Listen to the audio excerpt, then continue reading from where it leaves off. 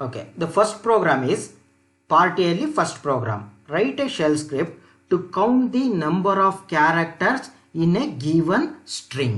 First ನೀವು ಯಾವುದೇ program ಹಾಕಲಿ ಏನು ಮಾಡಬೇಕು, ಪ್ರೋಗ್ರಾಮ್ ನೇಮನ್ನು ಕರೆಕ್ಟಾಗಿ ರೀಡ್ ಮಾಡಬೇಕು, understand the program, then what is the input to the program, what will be the output to the program, ಇದನ್ನು understand ಮಾಡ್ಕೊಬೇಕು. ನಮ್ಮ ಪ್ರೋಗ್ರಾಮ್ ನೇಮ್ ಏನಿದೆ, write a shell script to count the number of characters in a given string. ನೀವು Java ಅಥವಾ C++ ಏನು ಮಾಡ್ತಿದ್ದೀವಿ, write a C program, write a C++ program, write a Java program ಅಂತ ಕರಿತಾ ಇದ್ವಿ. ಇಲ್ಲೇನು ಹೇಳ್ತಾ ಇದ್ವಿ, ರೈಟ್ ಎ ಶೆಲ್ ಸ್ಕ್ರಿಪ್ಟ್ ಅಂತ ಕರಿತಾ ಇದ್ವಿ. ಪ್ರೋಗ್ರಾಮ್ ಅಂತ ಅಲ್ಲಿ ಕರಿತಾ ಇದ್ವಿ, ಇಲ್ಲಿ ಸ್ಕ್ರಿಪ್ಟ್ ಅಂತ ಕರಿತೀವಿ. Okay, program and script are somewhat similar but there is a difference. ಓಕೆನಾ, script and program somewhat similar ಇರುತ್ತೆ, ಸೇಮ್. ಪ್ರೋಗ್ರಾಮು ಬರೆದ್ರೆ ಔಟ್ಪುಟ್ ಬರುತ್ತೆ, ಸ್ಕ್ರಿಪ್ಟ್ ಬರೆದ್ರೆ ಔಟ್ಪುಟ್ ಬರುತ್ತೆ. ಇಲ್ಲಿ ನಾವು ಶೆಲ್ ಸ್ಕ್ರಿಪ್ಟ್ ಅಂತ ಕರಿತೀವಿ. ಯೂನಿಕ್ಸ್ ಥಿಯರಿಯಲ್ಲಿ ಸ್ಟಡಿ ಮಾಡ್ತೀರಾ, we have a shell. Shell ಅಂದರೆ ಎಕ್ಸಿಕ್ಯೂಟಿಂಗ್ ಬಾಡಿ, ಅದು ಆಯ್ತಲ್ವಾ. ಸೊ ಸಿ ಪ್ರೋಗ್ರಾಮ್ ಥರ ಶೆಲ್ ಸ್ಕ್ರಿಪ್ಟ್, ಜಾವಾ ಪ್ರೋಗ್ರಾಮ್ ಥರ ಶೆಲ್ ಸ್ಕ್ರಿಪ್ಟ್ ಅಂತ ಕರಿತೀವಿ. Write a shell script to count the number of characters in a given string. ಏನು ಮಾಡಬೇಕು, ಅಲ್ಲಿ we have to count number of characters. ಅಂದರೆ ಇನ್ಪುಟ್ ಏನೋ, ಒಂದು ಸ್ಟ್ರಿಂಗ್ ಕೊಡ್ತೀವಿ. ಸ್ಟ್ರಿಂಗ್ ಏನೋ, ಸಪೋಸ್ ಕಾಲೇಜ್, COLLEGE, ಕಾಲೇಜ್ ಅನ್ನೋ ವರ್ಡನ್ನ ಇನ್ಪುಟ್ ಕೊಡ್ತೀವಿ. ಔಟ್ಪುಟ್ಟಲ್ಲಿ ಏನು ಬರಬೇಕು, ಆ ಕಾಲೇಜ್ ವರ್ಡಲ್ಲಿರೋ ಕ್ಯಾರೆಕ್ಟರ್ಸನ್ನ ಕೌಂಟ್ ಮಾಡಬೇಕು. ಕಾಲೇಜಲ್ಲಿ ಎಷ್ಟು ಕ್ಯಾರೆಕ್ಟರ್ಸ್ ಇದೆ, COLLEGE. ಸೊ ಔಟ್ಪುಟ್ಟಲ್ಲಿ ನಂಬರ್ ಆಫ್ ಕ್ಯಾರೆಕ್ಟರ್ಸು 7 ಅಂತ ಬರಬೇಕು. ಅಷ್ಟೇ ನಮ್ಮ program. So what is the input to the program, we give a string. String ಅಂದ್ರೇನು, ಒಂದು ವರ್ಡನ್ನ ಇನ್ಪುಟ್ ಕೊಡ್ತೀವಿ. ಆ ಸ್ಟ್ರಿಂಗಲ್ಲಿ ಎಷ್ಟು ಕ್ಯಾರೆಕ್ಟರ್ ಇದೆ ಅಂತ ಕೌಂಟ್ ಮಾಡಿ ಔಟ್ಪುಟ್ಟಲ್ಲಿ ಡಿಸ್ಪ್ಲೇ ಆಗಬೇಕು. That is the first program. So let us understand the program. ನೋಡಿ, ಇಲ್ಲಿ ಕ್ಲಿಯರ್ ಅಂತ ಇದೆ, CLEAR. ನಾವು ಸಿ ಪ್ರೋಗ್ರಾಮಲ್ಲಿ ಏನು ಯೂಸ್ ಮಾಡ್ತಾ ಇದ್ವಿ, ಒಂದು ಔಟ್ಪುಟ್ ಸ್ಕ್ರೀನನ್ನು ಕ್ಲಿಯರ್ ಮಾಡೋದಕ್ಕೆ CLR SCR ಅಂತ ಯೂಸ್ ಮಾಡ್ತಾ ಇದ್ವಿ. Isn't it, clear screen, CLR SCR. ಅದೇ ರೀತಿ ಔಟ್ಪುಟ್ ಸ್ಕ್ರೀನನ್ನು ಕ್ಲಿಯರ್ ಮಾಡೋದಕ್ಕೆ ಯಾವ ಕಮಾಂಡನ್ನು ಯೂಸ್ ಮಾಡ್ತೀವಿ, CLEAR ಅಂತ, ಕ್ಲಿಯರ್ ಅಂತ ಕರೀತಾರೆ. Next echo, enter the string. Echo ಅಂದರೆ ಏನು ಗೊತ್ತಾ, ಪ್ರಿಂಟ್ ಎಫ್ ರೀತಿ. ಸಿ ಪ್ರೋಗ್ರಾಮಿನ ಪ್ರಿಂಟ್ ಎಫ್, ಆಮೇಲೆ C++ನ ಸಿ ಔಟ್, ಜಾವಾದಲ್ಲಿ system.out.println. ಕರೆಕ್ಟ್ ತಾನೆ. CL ಏನು ಯೂಸ್ ಮಾಡ್ತಾ ಇದ್ವಿ, ಪ್ರಿಂಟ್, ಒಂದು ಸ್ಟೇಟ್ಮೆಂಟನ್ನು ಪ್ರಿಂಟ್ ಮಾಡೋದಕ್ಕೆ ಪ್ರಿಂಟ್ ಎಫ್. C++ ಅಲ್ಲಿ ಸಿ ಔಟ್, ಜಾವಾದಲ್ಲಿ system.out.println. ಅದೇ ರೀತಿ ನಮ್ಮ ಯೂನಿಕ್ಸ್ ಅಲ್ಲಿ ಒಂದು ಸ್ಟೇಟ್ಮೆಂಟನ್ನು ಔಟ್ಪುಟ್ಟಲ್ಲಿ ಡಿಸ್ಪ್ಲೇ ಮಾಡಬೇಕು, ಯೂಸ್ ಮಾಡ್ತೀವಿ ಎಕೋ, ECHO, ಎಕೋ. ಅಂಡ್ ಯಾವುದನ್ನು ಡಿಸ್ಪ್ಲೇ ಮಾಡಬೇಕು, ಎಂಟರ್ ದ ಸ್ಟ್ರಿಂಗ್. ಯಾವುದನ್ನು ಡಬಲ್ ಕೋಟಲ್ಲಿ ಇಲ್ಲಿ ಬರ್ದಿಲ್ಲ. ಓಕೆನಾ, enter the string. Next read string ಅಂತ ಕೊಟ್ಟಿದ್ದೀವಿ. ಅರ್ಥ ಆಯ್ತಲ್ವಾ, ರೀಡ್ ಸ್ಟ್ರಿಂಗ್. ಸ್ಟ್ರಿಂಗ್ ಅಂದ್ರೇನು, ಇನ್ಪುಟ್. ಸ್ಕ್ಯಾನ್ ಎಫ್ ತಗೊಂತಿರಲ್ವಾ, ರೀಡ್ ಅಂದ್ರೇನು ಸ್ಕ್ಯಾನ್ ಎಫ್ ರೀತಿ, ಅಥವಾ CIN ರೀತಿ, ಅಥವಾ system.in ರೀತಿ. Read is a command which is use to take the input. String ಇದೆಯಲ್ವಾ, ಈ ಸ್ಟ್ರಿಂಗ್ ಒಳಗೆ ನಾವು ಏನು ಇನ್ಪುಟ್ ಕೊಡ್ತಿರೋ ಅದು ಸೇವ್ ಆಗುತ್ತೆ ಸ್ಟ್ರಿಂಗ್ ಒಳಗೆ. ಅರ್ಥ ಆಯ್ತಲ್ವಾ, ಸ್ಟ್ರಿಂಗ್ ಒಳಗೆ ಸೇವ್ ಆಗುತ್ತೆ. ಓಕೆ, ಸಪೋಸ್ ನಾವೀಗ ಇದನ್ನ ಸ್ಟ್ರಿಂಗ್ ಬೇಡ ಅಂದರೆ STR ಅಂತ ಮಾಡ್ಕೊತೀನಿ. ಏನಾದರೂ ಕೊಡ್ಬೋದಲ್ವಾ, ವೇರಿಯಬಲ್ ನೇಮ್ ಅಲ್ವಾ ಇದು, ವೇರಿಯಬಲ್ ನೇಮ್ STR. ಏನು ಮಾಡಿದ್ವಿ, ಫಸ್ಟು ಔಟ್ಪುಟ್ಟಲ್ಲಿ ಎಂಟರ್ ದಿ ಸ್ಟ್ರಿಂಗ್ ಅಂತ ಬಂತು. ಅದನ್ನು ಆ ಸ್ಟ್ರಿಂಗ್ ಎಂಟ್ರಿ ಮಾಡಿರ್ತೀವಲ್ವಾ, ಕಾಲೇಜನ್ನು ವರ್ಡನ್ನ ಯಾವುದ್ರೊಳಗೆ ಸೇವ್ ಮಾಡಿದ್ವಿ, STR ಒಳಗೆ. Next W is equal to echo dollar symbol. ಇಲ್ಲಿ ನೋಡಿ, ಇದು ಡಾಲರ್ ಸಿಂಬಲ್ ಅಂತ ಕರೀತಾರೆ. ಯಾವುದನ್ನ ಇದು ಮಾಡ್ತಾ ಇದ್ದೀವಿ, STR ಅನ್ನು. ಓಕೆ, STR ಅನ್ನು ಇಲ್ಲೊಂದು ವರ್ಟಿಕಲ್ ಲೈನ್ ಇದೆಯಲ್ವಾ, ಈ ವರ್ಟಿಕಲ್ ಲೈನ್ ಅನ್ನು ನಾವೇನಂತ ಕರಿತೀವಿ ಗೊತ್ತಾ, ಪೈಪ್ ಲೈನ್ ಅಂತ ಕರಿತೀವಿ. ವರ್ಟಿಕಲ್ ಲೈನ್ ಅನ್ನ ಏನಂತ ಕರಿತೀವಿ, ಪೈಪ್ ಲೈನ್ ಅಂತ ಕರಿತೀವಿ. ಅದು ನಿಮ್ಮ ಕೀಬೋರ್ಡ್ ಇದೆಯಲ್ವಾ, ಆ ಕೀಬೋರ್ಡಲ್ಲಿ ಬ್ಯಾಕ್ವರ್ಡ್ ಸ್ಲ್ಯಾಶ್ ಇರುತ್ತಲ್ವಾ, ಆ ಜಾಗದಲ್ಲಿರುತ್ತೆ. ಅರ್ಥ ಆಯ್ತಲ್ವಾ, ಬ್ಯಾಕ್ವರ್ಡ್ ಸ್ಲ್ಯಾಶ್ ಇರುತ್ತಲ್ವಾ, ಒಂದು ಕೀಬೋರ್ಡಲ್ಲಿ ಒಂದು ಕೀಯಲ್ಲಿ ಎರಡೆರಡು ಸಿಂಬಲ್ಸನ್ನ ಕೊಟ್ಟಿರ್ತಾರೆ. ಬ್ಯಾಕ್ ಸ್ಲ್ಯಾಶ್ ಇರುತ್ತಲ್ವಾ, ಆ ಕೀಯಲ್ಲಿ ಮೇಲ್ಗಡೆ ಇರುತ್ತೆ. ಪೈಪ್ ಲೈನ್ ಅಂತ ಕರೀತಾರೆ, ಒಂದು ಲೈನ್ ಥರ ಇದೆ, ಇದನ್ನ ಪೈಪ್ ಲೈನ್ ಅಂತ ಕರೀತಾರೆ. ನೋಡಿ, ಇಲ್ಲಿ WC ಅಂತ ಇದೆ, command. Unix is a command based operating system.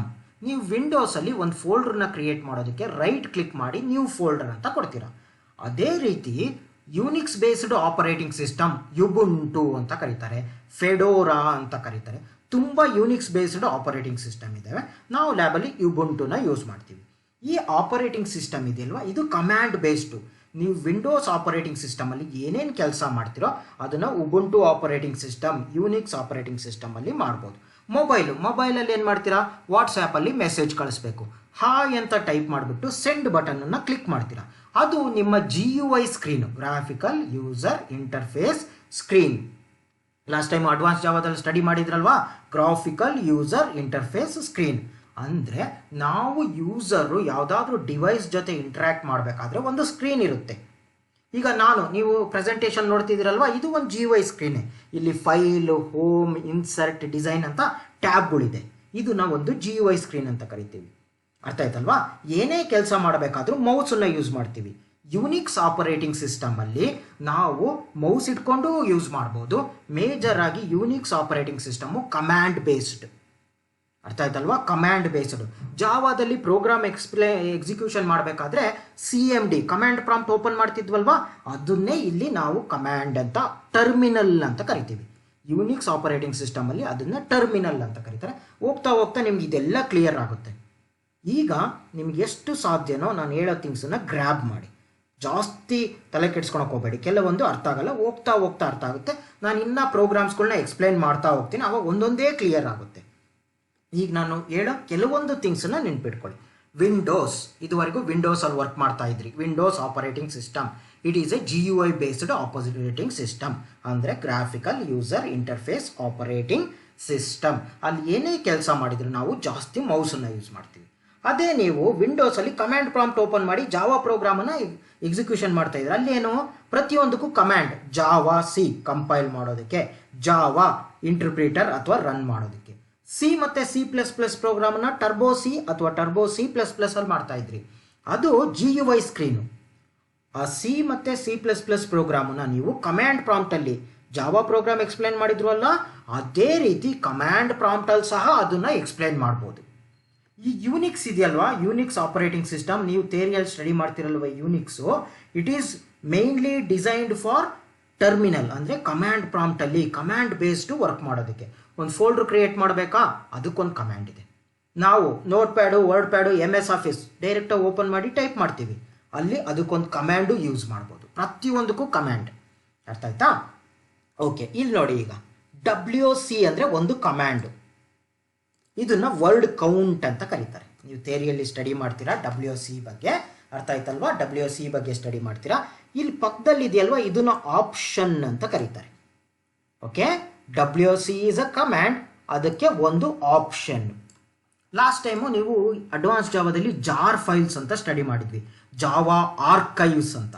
ಆ ಜಾವಾ ಆರ್ಕೈವ್ಸಲ್ಲಿ JAR ಅನ್ನೋ ಜಾರ್ ಕಮ್ಯಾಂಡ್ ಯೂಸ್ ಮಾಡ್ತಾ ಇದ್ವಿ. ಅದ್ರ ಪಕ್ಕದಲ್ಲಿ ಕೆಲವೊಂದು ಆಪ್ಷನ್ಸ್ ಇತ್ತು. ಹೋಗ್ತಾ ಹೋಗ್ತಾ ಇದು ಅರ್ಥ ಆಗುತ್ತೆ. ಈಗೇನು ಕಮ್ಯಾಂಡ್, ಅದಕ್ಕೊಂದು ಆಪ್ಷನ್ ಇರುತ್ತೆ, ಅಷ್ಟು ಮಾತ್ರ ತಿಳ್ಕೊಳ್ಳಿ, ಜಾಸ್ತಿ ಕನ್ಫ್ಯೂಷನ್ ಮಾಡ್ಕೊಬೇಡಿ. ಅರ್ಥ ಆಯ್ತಾ? ಈಗ ಇದನ್ನ ತಿಳ್ಕೊಳ್ಳಿ. ಇದು ವರ್ಟಿಕಲ್ ಲೈನ್ ಇದೆಯಲ್ವಾ, ಇದನ್ನ ಪೈಪ್ ಲೈನ್ ಅಂತ ಕರೀತಾರೆ. WC ಅನ್ನೋದು ಕಮ್ಯಾಂಡು, -C ಅಂದರೆ ಇದು ಆಪ್ಷನ್. ಈ -C ಏನು ಮಾಡುತ್ತೆ ಗೊತ್ತಾ, ನೀವು ಕೊಟ್ಟಿರೋ ಸ್ಟ್ರಿಂಗಲ್ಲಿ ಕ್ಯಾರೆಕ್ಟರ್ಸ್ನ ಕೌಂಟ್ ಮಾಡುತ್ತೆ. ಸೊ WC ಸ್ಪೇಸ್ -C ಅಂದರೆ WC is a command, -C ಅಲ್ಲಿ C ಆಪ್ಷನ್ನು. This command is going to count number of characters in a string. ಈ STR ಒಳಗೆ ಸ್ಟ್ರಿಂಗ್ ಇರುತ್ತೆ, ಆ ಸ್ಟ್ರಿಂಗನ್ನು ತಗೊಂಡು ಕೌಂಟ್ ಮಾಡುತ್ತೆ. ಡಾಲರ್ ಅಂದರೆ ವೇರಿಯಬಲ್ನ ಇಂಡಿಕೇಟ್ ಮಾಡೋದಕ್ಕೆ ಡಾಲರನ್ನು ಯೂಸ್ ಮಾಡ್ತೀವಿ. STR is a variable. ನೋಡಿ, STR ಇಲ್ಲಿ ಇಂಟ್ ಕ್ಯಾರ್ ಅಂತ ಡಿಕ್ಲೇರ್ ಮಾಡಬೇಕಾಗಿಲ್ಲ. C++ ಜಾವಾದಲ್ಲಿ ಏನು ಮಾಡ್ತಾ ಇದ್ವಿ, int ABC semicolon, float A semicolon, float X semicolon, ABCX ಇವೆಲ್ಲ ಏನು ವೇರಿಯಬಲ್ಸು. ಡೇಟಾ ಟೈಪನ್ನು ಫಸ್ಟು ಯೂಸ್ ಮಾಡ್ಕೊತಾ ಇದ್ವಿ. ಇಲ್ಲಿ ಯಾವುದೇ ಡೇಟಾ ಟೈಪ್ ಇಲ್ಲ, ಡೈರೆಕ್ಟಾಗಿ read STR is a variable. ಆ ವೇರಿಯಬಲನ್ನು ಬೇರೆ ಕಡೆ ಯೂಸ್ ಮಾಡಬೇಕು ಅಂದರೆ ಏನು ಯೂಸ್ ಮಾಡ್ತೀವಿ, ಡಾಲರ್ ಕಮ್ಯಾಂಡನ್ನು ಯೂಸ್ ಮಾಡ್ತೀವಿ. ಅರ್ಥ ಆಯ್ತಲ್ವಾ? ಯಾವ ಕಮ್ಯಾಂಡನ್ನು ಯೂಸ್ ಮಾಡ್ತೀವಿ, we are going to use dollar command. Okay, dollar ಕಮ್ಯಾಂಡನ್ನು ಯೂಸ್ ಮಾಡ್ತೀರಾ. ಇಲ್ಲಿ ಏನಿದೆ, W is equal to echo $STR pipeline symbol WC -C. ಅರ್ಥ ಆಯ್ತಲ್ವಾ? ಇಲ್ಲೇನು ಮಾಡುತ್ತೆ ಗೊತ್ತಾ, $STR ಒಳಗಿರೋ ಕಾಲೇಜನ್ನು ಈ ಪೈಪ್ಲೈನು WCಗೆ ಇನ್ಪುಟ್ ಆಗಿ ಕೊಡುತ್ತೆ. ಈ ಪೈಪ್ಲೈನ್ ಇದೆಯಲ್ವಾ, ಈ ಪೈಪ್ಲೈನಿನ ಲೆಫ್ಟ್ ಸೈಡ್ ನಾವು ಏನು ಬರಿತೀವೋ ಕಮ್ಯಾಂಡ್ ಯಾವುದು? Eco is a command. ECHO eco, ಅದು ಪ್ರಿಂಟ್ ಎಫ್ ರೀತಿ ಔಟ್ಪುಟ್ಟನ್ನು ಡಿಸ್ಪ್ಲೇ ಮಾಡುತ್ತೆ. Eco is a command, WC is a command. ಈ ಪೈಪ್ಲೈನ್ ಏನು ಮಾಡ್ತಾ ಇದೆ ಗೊತ್ತಾ? ಈ ಎಕೋದಲ್ಲಿರೋ ಔಟ್ಪುಟ್, ಎಕೋ ಅನ್ನೋ ಕಮ್ಯಾಂಡನ್ನು ಎಕ್ಸಿಕ್ಯೂಷನ್ ಮಾಡಿದಾಗ ಏನು ಔಟ್ಪುಟ್ ಬರುತ್ತೋ ಅದನ್ನು WCಗೆ ಇನ್ಪುಟ್ ಆಗಿ ಕೊಡುತ್ತೆ. ಸೊ ಪೈಪ್ಲೈನ್ ಏನು ಮಾಡುತ್ತೆ? ಲೆಫ್ಟ್ ಸೈಡಲ್ಲಿ ಬಂದ ಇನ್ಪುಟ್ಟನ್ನು ರೈಟ್ ಸೈಡಿಗೆ ಔಟ್ಪುಟ್ ಆಗಿ ಕೊಡುತ್ತೆ. ಅಂದರೆ ಪೈಪ್ಲೈನಿನ ಲೆಫ್ಟ್ ಸೈಡಲ್ಲಿ ಒಂದು ಕಮ್ಯಾಂಡ್ ಇರುತ್ತೆ, ಪೈಪ್ಲೈನಿನ ರೈಟ್ ಸೈಡಲ್ಲಿ ಒಂದು ಕಮ್ಯಾಂಡ್ ಇರುತ್ತೆ. ಸೊ ಲೆಫ್ಟ್ ಸೈಡಲ್ಲಿ ಎಕ್ಸಿಕ್ಯೂಟ್ ಆಗುತ್ತಲ್ವ ಕಮ್ಯಾಂಡು, ಅದರಿಂದ ಒಂದು ಔಟ್ಪುಟ್ ಬರುತ್ತೆ. ಓಕೆನಾ? ಆ ಔಟ್ಪುಟ್ಟನ್ನು ರೈಟ್ ಸೈಡಲ್ಲಿ ಒಂದು ಕಮ್ಯಾಂಡ್ ಇದೆಯಲ್ವಾ, ಅದಕ್ಕೆ ಇನ್ಪುಟ್ ಆಗಿ ಕೊಡುತ್ತೆ. ಅರ್ಥ ಆಯ್ತಲ್ವಾ? ಪ್ರೋಗ್ರಾಮಿನ ಇನ್ಪುಟ್ ಔಟ್ಪುಟ್ ರೀತಿ ಕನ್ಫ್ಯೂಸ್ ಆಗ್ಬೋದು. ನೆಕ್ಸ್ಟ್ ಒಂದು 2-3 ಪ್ರೋಗ್ರಾಮ್ ಎಕ್ಸ್ಪ್ಲೇನ್ ಮಾಡಿದಾಗ ನಿಮಗೆ ಈಸಿಯಾಗಿ ಸ್ವಲ್ಪ ಅರ್ಥ ಆಗುತ್ತೆ. ಓಕೆ, ಇಷ್ಟು ತಿಳ್ಕೊಳ್ಳಿ ಆಯಿತಾ. ಆಮೇಲೆ ಇಲ್ಲಿ ನೋಡಿ, ಇಲ್ಲಿ ಎಕೋ ಬಿಗಿನಿಂಗಲ್ಲಿ ಇಲ್ಲೊಂದು ಟಿಕ್ ಮಾರ್ಕ್ ಕಾಣ್ತಾ ಇದೆ, ವೆರಿ ಇಂಪಾರ್ಟೆಂಟ್. ನೋಡ್ಕೊಳ್ಳಿ, ಇಲ್ಲಿ ಸಿ ಆದಮೇಲೆ ಒಂದು ಟಿಕ್ ಮಾರ್ಕ್ ಕಾಣ್ತಾ ಇದೆ, ಮತ್ತೆ ಈ ಬಿಫೋರು ಒಂದು ಟಿಕ್ ಮಾರ್ಕ್ ಕಾಣ್ತಾ ಇದೆ. ಇದು ಸಿಂಗಲ್ ಕೋಟ್ ಅಥವಾ ಡಬಲ್ ಕೋಟ್ ಅಲ್ಲ. ರಿಮೆಂಬರ್, ಸಿಂಗಲ್ ಕೋಟ್ ಅಥವಾ ಡಬಲ್ ಕೋಟ್ ಅಲ್ಲ. ಇದನ್ನ ಬ್ಯಾಕ್ ಟಿಕ್ ಅಂತ ಕರೀತಾರೆ. ಏನಂತ ಕರೀತಾರೆ? ಬ್ಯಾಕ್ ಟಿಕ್ ಅಂತ ಕರೀತಾರೆ. ಇದು ಎಲ್ಲಿರುತ್ತೆ ಗೊತ್ತಾ? ನಿಮ್ಮ escape key below negation symbol ಬರುತ್ತೆ. ಕೀಬೋರ್ಡಲ್ಲಿ ನೆಗೇಷನ್ ಸಿಂಬಲ್ ಬರುತ್ತೆ. ಲೆಫ್ಟ್ ಸೈಡಿನ ಟಾಪಲ್ಲಿ ಎಸ್ಕೇಪ್ ಬಟನ್ ಇರುತ್ತಲ್ವಾ, ಆ ಬಟನ್ನಿನ ಕೆಳಗೆ ಒಂದು ಎಸ್ ಸಿಂಬಲ್ ರೀತಿ ಹಾರಿಜಾಂಟಲ್ ಆಗಿರುತ್ತೆ, ಅದನ್ನ ನೆಗೇಷನ್ ಸಿಂಬಲ್. ಅದ್ರ ಕೆಳಗೆ ಒಂದು ಟಿಕ್ ಮಾರ್ಕ್ ಥರ ಇರುತ್ತೆ, ಅದನ್ನ ಬ್ಯಾಕ್ ಟಿಕ್ ಅಂತ ಕರೀತಾರೆ. ಅದು ಸಿಂಗಲ್ ಕೋಟ್ ಅಲ್ಲ, ಡಬಲ್ ಕೋಟ್ ಅಲ್ಲ, ಮರಿಬಾರ್ದು. ಎಕ್ಸಾಮಲ್ಲಿ ಕನ್ಫ್ಯೂಸ್ ಮಾಡ್ಕೊಂಡ್ಬಿಟ್ಟು ಸಿಂಗಲ್ ಕೋಟ್ ಹಾಕ್ತೀರಾ, ಅದು ಸಿಂಗಲ್ ಕೋಟ್ ಅಲ್ಲ, ಡಬಲ್ ಕೋಟ್ ಅಲ್ಲ, ಅದನ್ನ ಬ್ಯಾಕ್ ಟಿಕ್ ಅಂತ ಕರೀತಾರೆ. ಸೊ ಬ್ಯಾಕ್ ಟಿಕ್ ಬಗ್ಗೆ ಸ್ಟಡಿ ಮಾಡಿದ್ರಿ, ಪೈಪ್ಲೈನ್ ಬಗ್ಗೆ ಸ್ಟಡಿ ಮಾಡಿದ್ರಿ. ಆ ಬ್ಯಾಕ್ ಟಿಕ್ ಎಲ್ಲಿರುತ್ತೆ ಅಂತಲೂ ಗೊತ್ತಾಯಿತು, ಪೈಪ್ಲೈನ್ ಎಲ್ಲಿರುತ್ತೆ ಅಂತಲೂ ಗೊತ್ತಾಯಿತು. ಆಯಿತಾ? ಈಗ ನೋಡಿ ಕೆಳಗೆ C is equal to back tick, back tick ಇದು. ಆಯಿತಾ? EXPR ಇದು ಒಂದು ಕಮ್ಯಾಂಡ್. $W -1, W ಅನ್ನೋದು ಒಂದು ವೇರಿಯಬಲ್. ಇಲ್ಲಿ ಡಿಕ್ಲೇರ್ ಮಾಡಬೇಕಾಗಿಲ್ಲ. Int W, int A, float X ಈ ರೀತಿ ಡಿಕ್ಲೇರ್ ಮಾಡಬೇಕಾಗಿರಲ್ಲ. W ಒಳಗೆ ಈ ಕಮ್ಯಾಂಡ್ ಇದೆಯಲ್ವಾ, ಈ ಕಮ್ಯಾಂಡ್ ಎಕ್ಸಿಕ್ಯೂಷನ್ ಆಯಿತು. ಈ ಲೈನ್ ಎಕ್ಸಿಕ್ಯೂಷನ್ ಆದಾಗ ನಂಬರ್ ಆಫ್ ಕ್ಯಾರೆಕ್ಟರ್ಸ್ನ ಕೌಂಟ್ ಮಾಡಿ ಯಾವುದ್ರೊಳಗೆ ಹಾಕಿರ್ತೀವಿ? W ಒಳಗೆ. ಸೊ ಕಾಲೇಜ್ ಒಳಗೆ CO 7 ಲೆಟರ್ಸು. W ಒಳಗೆ ಏನು ಬಂದಿರುತ್ತೆ ಗೊತ್ತಾ? 7 ಬಂದಿರಲ್ಲ, 8 ಕ್ಯಾರೆಕ್ಟರ್ಸ್ ಅಂತ ಬಂದಿರುತ್ತೆ. ಯಾಕೆ ಅಂತ ತೋರಿಸ್ತೀನಿ. W ಒಳಗೆ 8 ಕ್ಯಾರೆಕ್ಟರ್ಸ್ ಅಂತ ಬಂದಿರುತ್ತೆ. ಕೆಳಗಡೆ C is equal to back tick ಒಳಗೆ EXPR ಅಂದರೆ ಎಕ್ಸ್ಪ್ರೆಷನ್ ಅಂತ. EXPR ಅಂದರೆ ಎಕ್ಸ್ಪ್ರೆಷನ್. $W -1 ಎಲ್ಲಾದರೂ ಡಾಲರ್ ಸಿಂಬಲನ್ನು ಯೂಸ್ ಮಾಡಿದರೆ ಅದು ವೇರಿಯಬಲನ್ನು ಯೂಸ್ ಮಾಡ್ತಾ ಇದ್ದೀವಿ ಅಂತ ಅರ್ಥ. W ಒಳಗೆ 8 ಇತ್ತು, $W ಅಂದರೆ ಯೂಸ್ ಮಾಡ್ಕೊತಾ ಇದ್ವಿ. 8 - 1 7 ಆಗುತ್ತೆ. ಯಾಕೆಂದರೆ ಕಾಲೇಜ್ ಒಳಗೆ 7 ಲೆಟರ್ಸ್ ಇದೆ. W ಒಳಗೆ ಸರ್ 8 ಯಾಕೆ ಸ್ಟೋರ್ ಆಯಿತು ಅಂತ ಔಟ್ಪುಟ್ಟಲ್ಲಿ ತೋರಿಸ್ತೀನಿ ನಾನು.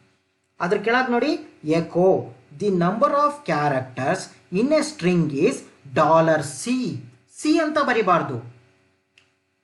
ಒಂದು ವೇರಿಯಬಲ್ ಒಳಗಿರೋ ವ್ಯಾಲ್ಯೂನ ಪ್ರಿಂಟ್ ಮಾಡಬೇಕು ಅಥವಾ ಒಂದು ವೇರಿಯಬಲ್ ಒಳಗಿರೋ ವ್ಯಾಲ್ಯೂನ ಯೂಸ್ ಮಾಡ್ಕೊಬೇಕು ಅಂದರೆ ಡಾಲರ್ ಸಿಂಬಲನ್ನು ಯೂಸ್ ಮಾಡಬೇಕು. ಡಾಲರ್ ನಿಮ್ಗೆ ಇನ್ನೇನು ಗೊತ್ತು, ಓಕೆನಾ? ಡಾಲರು ನಿಮ್ಗೆ ಆಲ್ರೆಡಿ ಅಲ್ಲಿ 1 2 3 ನ್ಯೂಮರಿಕಲ್ ನಂಬರ್ಸ್ ಇರುತ್ತಲ್ವ, ಅದ್ರ ಮೇಲ್ಗಡೆ ಡಾಲರ್ ಇರುತ್ತೆ. ಅರ್ಥ ಆಯ್ತಾ? 3 ಸ್ಪೆಷಲ್ ಕ್ಯಾರೆಕ್ಟರ್ಸ್ನ ಸ್ಟಡಿ ಮಾಡಿದ್ರಿ. ಬ್ಯಾಕ್ ಕೋಟ್ಸ್ ಅಥವಾ ಬ್ಯಾಕ್ ಟಿಕ್ಸ್ ಅಂತ ಕರೀತಾರೆ. ಪೈಪ್ಲೈನ್, ಡಾಲರ್ ಸಿಂಬಲ್ ಏನು ಮಾಡುತ್ತೆ? ಒಂದು ವೇರಿಯಬಲಿನ ವ್ಯಾಲ್ಯೂ ಪ್ರಿಂಟ್ ಮಾಡೋದಕ್ಕೆ ಯೂಸ್ ಮಾಡ್ತೀವಿ. ಬ್ಯಾಕ್ ಕೋಟ್ಸ್ನ ಎಕ್ಸ್ಪ್ರೆಷನ್ ಅಥವಾ ಕಮ್ಯಾಂಡ್ಸ್ನ ಎಕ್ಸಿಕ್ಯೂಷನ್ ಮಾಡೋದಕ್ಕೆ ಯೂಸ್ ಮಾಡ್ತೀವಿ. ಪೈಪ್ಲೈನ್, ವರ್ಟಿಕಲ್ ಲೈನ್, ಅದೇನು ಮಾಡುತ್ತೆ?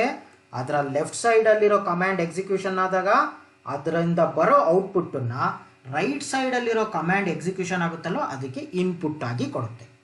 ಓಕೆನಾ? ನೋಡಿ, ಇಷ್ಟೇ ಫಸ್ಟ್ನೇ ಪ್ರೋಗ್ರಾಮ್. ಓಕೆನಾ? ಈ ಪ್ರೋಗ್ರಾಮು ಹೋಗ್ತಾ ಬೇರೆ ಪ್ರೋಗ್ರಾಮ್ ಎಕ್ಸ್ಪ್ಲೇನ್ ಮಾಡಿದಾಗ ನಿಮಗೆ ಕ್ಲೀನಾಗಿ ಅರ್ಥ ಆಗುತ್ತೆ. As if you just understand. ಈ ಪ್ರೋಗ್ರಾಮಲ್ಲಿ ಏನು ಮಾಡ್ತೀವಿ? STR ಅನ್ನೋ ವೇರಿಯಬಲ್ ಒಳಗೆ ಒಂದು ವರ್ಡನ್ನ ಹಾಕ್ತೀವಿ. ಆ STR ಒಳಗಿರೋ ವರ್ಡ್ ಯಾವುದು? ಕಾಲೇಜ್. ಅದರೊಳಗೆ ಎಷ್ಟು ಕ್ಯಾರೆಕ್ಟರ್ ಇದೆ ಅಂತ ಕೌಂಟ್ ಮಾಡೋದಕ್ಕೆ ಯಾವ ಕಮ್ಯಾಂಡನ್ನು ಯೂಸ್ ಮಾಡ್ತಾ ಇದ್ದೀವಿ? WC, word count. ಇದನ್ನು ನೀವು ಥಿಯರಿಯಲ್ಲೂ ಸ್ಟಡಿ ಮಾಡ್ತೀರಾ. ಮೈನಸ್ ಸಿ ಅಂದರೆ ಎಷ್ಟು ಕ್ಯಾರೆಕ್ಟರ್ ಅಂತ ಕೌಂಟ್ ಮಾಡುತ್ತೆ, ಮೈನಸ್ ಎಲ್ ಅಂದರೆ ಎಷ್ಟು ಲೈನ್ಸ್ ಇದ್ದಾವೆ ಅಂತ ಕೌಂಟ್ ಮಾಡುತ್ತೆ.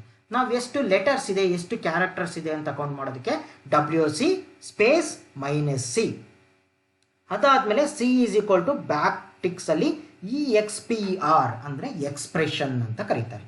ಓಕೆನಾ. ಸೊ ಈಗ ಪ್ರೋಗ್ರಾಮ್ ಎಕ್ಸಿಕ್ಯೂಷನ್ ಅನ್ನು ನೋಡೋಣ. Okay, program execution. ಇದರಲ್ಲಿ ಪ್ರೋಗ್ರಾಮನ್ನು ನೀವು ಟೈಪ್ ಮಾಡಬೇಕು ಅಂದರೆ ಏನು ಮಾಡಬೇಕು ಗೊತ್ತಾ? First NANO nano, it is a command. NANO nano ಅನ್ನೋದು ಕಮ್ಯಾಂಡ್. NANO ನ್ಯಾನೋ ಅನ್ನೋದು ಕಮ್ಯಾಂಡ್. ಆ ಕಮ್ಯಾಂಡ್ ಮಧ್ಯೆ ಪ್ರೋಗ್ರಾಮ್ ನೇಮನ್ನು ಕೊಡಬೇಕು. ಪ್ರೋಗ್ರಾಮ್ ನೇಮ್ ಏನು? Suppose FIRST first .sh. ನೀವು ಸಿ ಪ್ರೋಗ್ರಾಮಿಗೆ .C++ಗೆ .CPP, ಜಾವಾ ಪ್ರೋಗ್ರಾಮಿಗೆ .java ಅಂತ ಎಕ್ಸ್ಟೆನ್ಷನ್ ಕೊಡ್ತಾ ಇದ್ರಿ. ಅದೇ ರೀತಿ ಇಲ್ಲಿ ಪ್ರೋಗ್ರಾಮ್ ನೇಮ್ .sh ಅಂದರೆ ಶೆಲ್ಲನ್ನು ರೆಪ್ರೆಸೆಂಟ್ ಮಾಡುತ್ತೆ. ಓಕೆ. ನ್ಯಾನೋ ಅನ್ನೋದು command. It is a editor ಅಂತ ಕರೀತಾರೆ. ನಿಮ್ಮ ನೋಟ್ ಪ್ಯಾಡ್, ವರ್ಡ್ ಪ್ಯಾಡ್, ನೀವು ನೋಟ್ ಪ್ಯಾಡನ್ನು ಓಪನ್ ಮಾಡ್ತಾ ಇದ್ರಿ ಅಲ್ವಾ ಜಾವಾ ಪ್ರೋಗ್ರಾಮ್ ಟೈಪ್ ಮಾಡಬೇಕಾದ್ರೆ, ಆ ನೋಟ್ ಪ್ಯಾಡ್ ರೀತಿ ನ್ಯಾನೋ NANO ನ್ಯಾನೋ ಅನ್ನೋದೇನೋ ಎಡಿಟರ್. ಓಕೆನಾ. ಈಗ ಎಂಟರ್ ಪ್ರೆಸ್ ಮಾಡಿ ನೋಡಿ, ಇಲ್ಲಿ ಬಂತು. ಇಲ್ಲಿ ನಿಮ್ಮ ಪ್ರೋಗ್ರಾಮನ್ನು ಟೈಪ್ ಮಾಡಬೇಕು. ಆಯ್ತಾ? ನಿಮ್ಮ ಪ್ರೋಗ್ರಾಮನ್ನು ಇಲ್ಲಿ ಟೈಪ್ ಮಾಡಬೇಕು ನೀವು. ಓಕೆ, ಇಲ್ಲಿ ಟೈಪ್ ಮಾಡಿದ ಮೇಲೆ ನೀವೇನು ಮಾಡಬೇಕು? ಸೇವ್ ಮಾಡಬೇಕು. ಸೇವ್ ಮಾಡೋದಕ್ಕೆ Ctrl S ಅನ್ನು ಹೊಡಿಬೇಕು. ಸೇವ್ ಮಾಡೋದಕ್ಕೆ ಕಂಟ್ರೋಲ್ ಪ್ರೆಸ್ ಮಾಡಿ ಇಟ್ಕೊಂಡು ಎಸ್ ಅನ್ನು ಹೊಡಿರಿ. ಅದಾದಮೇಲೆ ಈ ಎಡಿಟರ್ ಇತ್ತಲ್ವ, ನ್ಯಾನೋ ಎಡಿಟರ್, ಇದರಿಂದ ಕಮ್ಯಾಂಡ್ ಪ್ರಾಂಪ್ಟಿಗೆ ವಾಪಸ್ ಬರಬೇಕಾದ್ರೆ Ctrl X ಅನ್ನು ಪ್ರೆಸ್ ಮಾಡಬೇಕು. ನೋಡಿ, ವಾಪಸ್ ಬಂದ್ವಿ ಅಲ್ವಾ ನಾವೀಗ? ವಾಪಸ್ ಬಂದ್ವಿ. ಇಲ್ಲಿ ಬಿಗಿನಿಂಗಲ್ಲಿ $ಸಿಂಬಲ್ ಇದೆ ಅಲ್ವಾ? ಇಲ್ಲಿ ನೋಡಿ, ಈ $ಸಿಂಬಲ್ ಇದನ್ನ ಕಮ್ಯಾಂಡ್ ಪ್ರಾಂಪ್ಟ್ ಅಂತ ಕರಿತೀವಿ. ನಾವು ವಿಂಡೋಸಲ್ಲಿ ಜಾವಾ ಪ್ರೋಗ್ರಾಮ್ ಎಕ್ಸಿಕ್ಯೂಷನ್ ಮಾಡಬೇಕಾದ್ರೆ ಮಾಡಿದ್ವಲ್ವಾ, ಅದೇ ರೀತಿ. ನ್ಯಾನೋ ಅಂದರೆ ನೋಟ್ ಪ್ಯಾಡ್ ರೀತಿ ಒಂದು ಎಡಿಟರ್. ಈಗ ಇಲ್ಲಿಗೆ ಬಂದ್ವಿ. ಇಲ್ಲಿ ಪ್ರೋಗ್ರಾಮನ್ನು ಎಕ್ಸಿಕ್ಯೂಷನ್ ಮಾಡಬೇಕು. ಅರ್ಥ ಆಯ್ತಲ್ವಾ? ಈಗ ಫಸ್ಟ್ ಪ್ರೋಗ್ರಾಮ್ ಎಕ್ಸಿಕ್ಯೂಷನ್ ಅನ್ನು ನಾನು ತೋರಿಸ್ತೀನಿ. ಓಕೆ, ಫಸ್ಟ್ ಪ್ರೋಗ್ರಾಮ್ NANO, ನನ್ನ ಫಸ್ಟ್ ಪ್ರೋಗ್ರಾಮ್ P1.sh ಆಲ್ರೆಡಿ ನಾನು ಸೇವ್ ಮಾಡಿದ್ದೀನಿ. Nano is a command.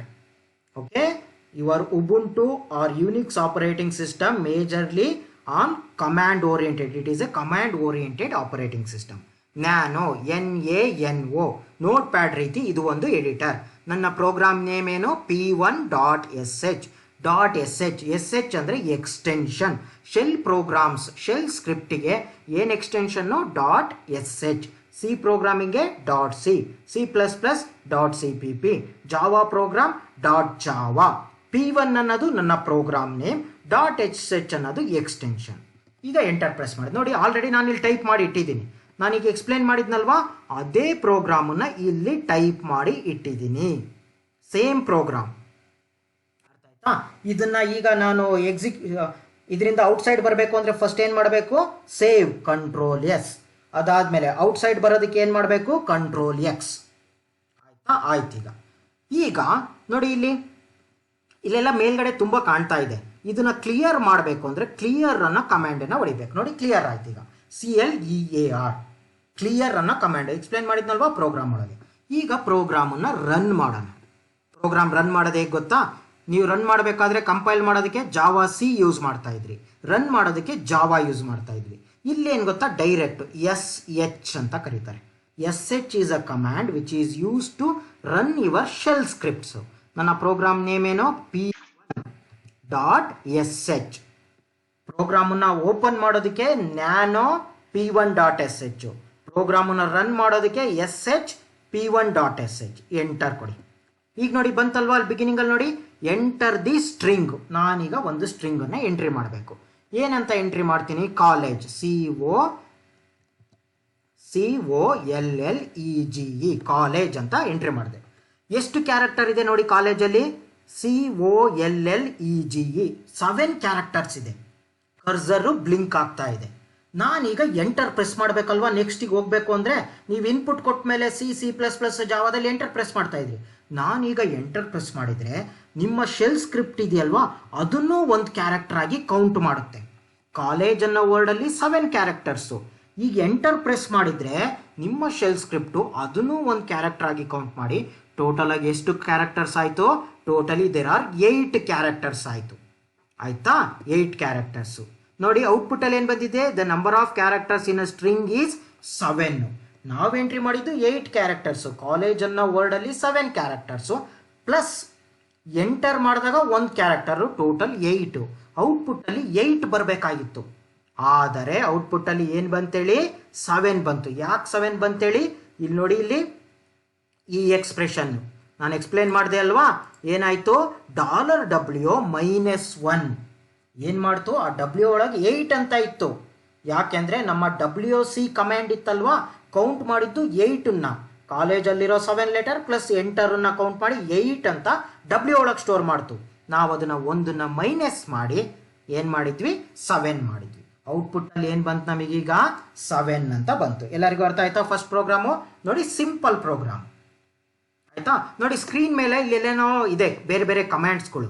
ಅದನ್ನು ಕ್ಲಿಯರ್ ಮಾಡಬೇಕು ಅಂದರೆ ಯಾವ ಕಮ್ಯಾಂಡ್ ಕೊಡ್ತೀರಾ, CLAR, ಕ್ಲಿಯರ್ ಆಯ್ತು ನೋಡಿ. ಈಗ this is about your first program.